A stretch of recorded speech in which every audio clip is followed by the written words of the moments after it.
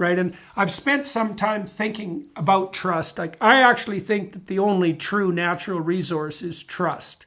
That if people trust each other, they can make the desert bloom, you know. Oh, And, that's right. yeah, it's definitely the case. And comedy is a endeavor that's predicated on a tremendous amount of trust, right? Because the audience has to trust the comedian, and the comedian has to trust the audience. I mean, one of the things I've learned to do. You tell me about this for you.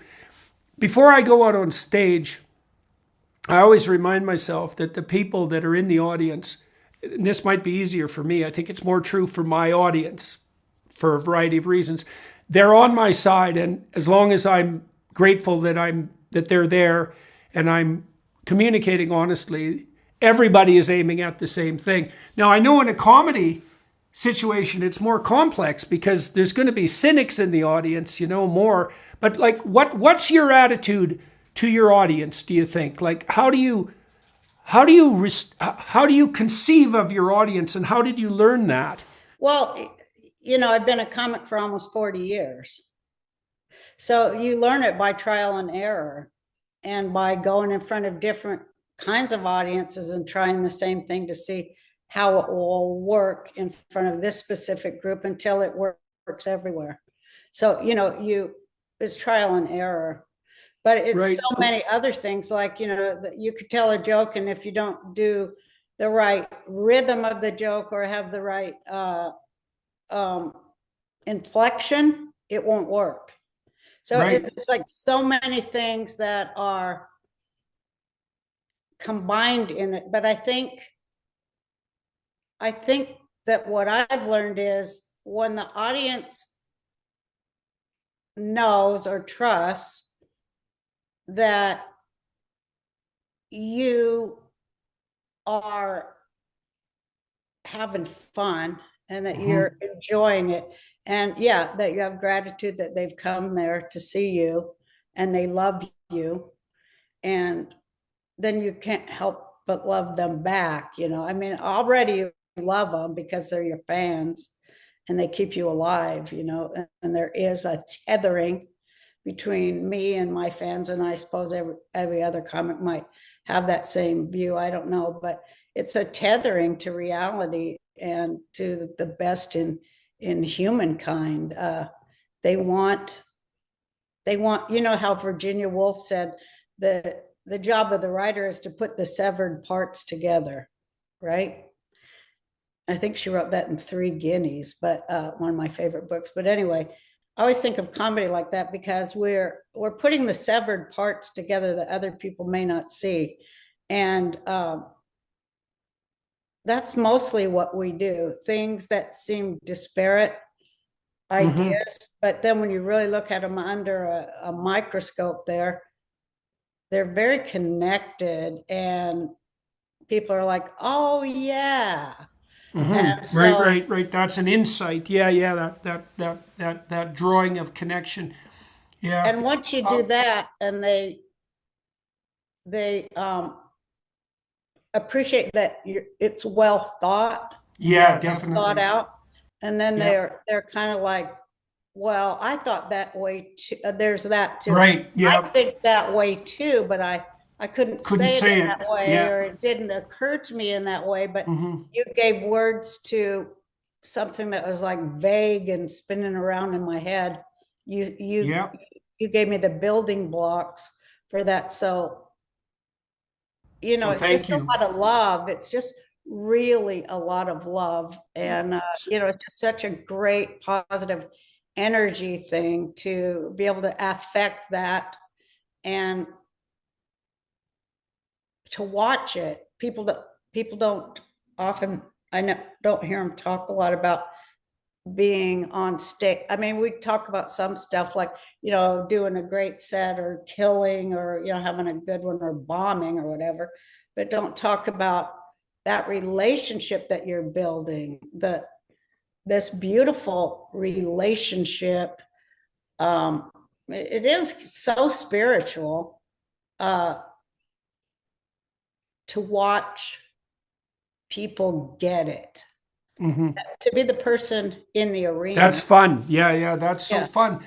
Well, so my tour manager was a stand-up comedian for a long time, John O'Connell, and and he toured with stand-up comedians professionally as well as a manager. And there's a lot of similarity between what I do and what stand-up comedians do. And one of one of the similarities that I've really started to understand is I've talked to a variety of comedians. Jimmy Carr really helped me think this through because he's thought a lot about what he does and is able to articulate it well. You know, Carr said that, and I know many comedians do this, and maybe you do this when you're preparing a set, is that he'll go when he's preparing new material. He goes to smaller clubs and tries out his new material, and some of the jokes land and others don't, and he just collects the jokes that land.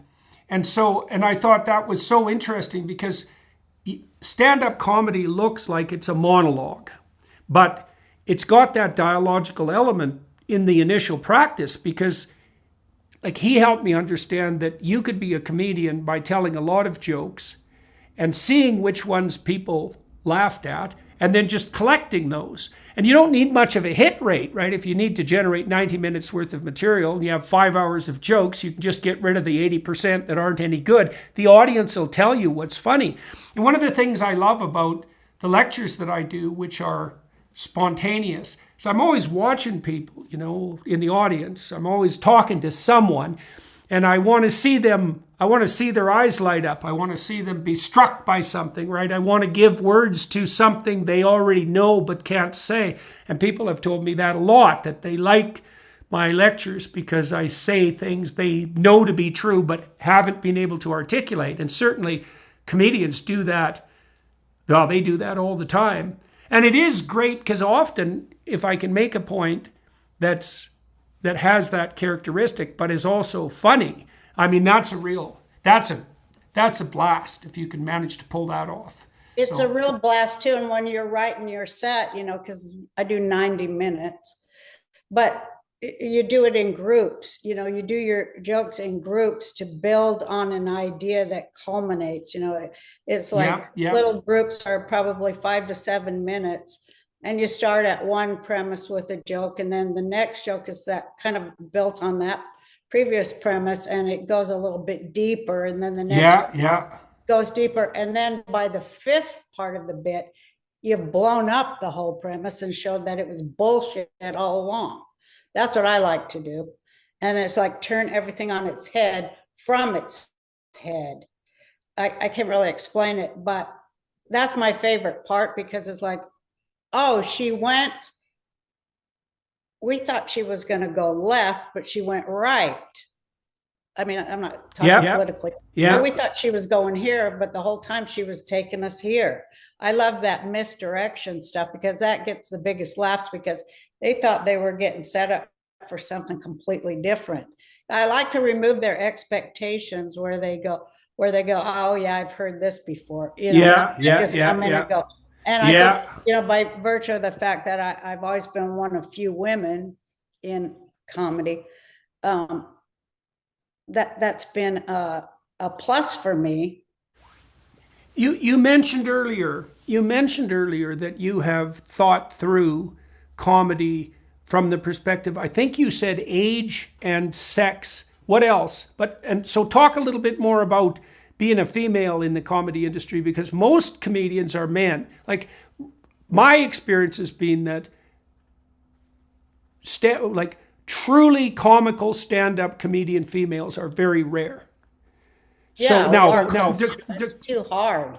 It's so hard. But one thing I found out, probably because I have 5 kids, I that's one of my good jokes. I say, I have 5 children. I used to be kind of pro-life. That's a good joke. yeah, that's a good joke.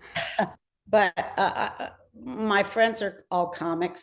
But all these guys, I always ask people because I'm nosy. I'm nosy old Jewish woman.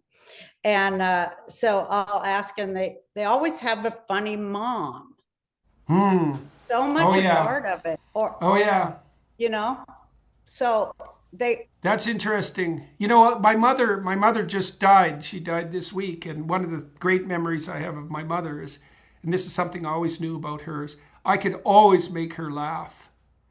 And so that was a big basis of our relationship. I could always make mom laugh by teasing her. In fact, I think the last thing I said to her when she was in the hospital, I was giving her hell about being in the hospital because my father was ill, and so we were worried about him. And then she ended up in the hospital, and I gave her a rough time, and that made her laugh. And so that's interesting. And I haven't heard anyone say that relationship of comedy with the mother is so particularly important, but that was definitely the case in my household. It was my mum that I could really make laugh.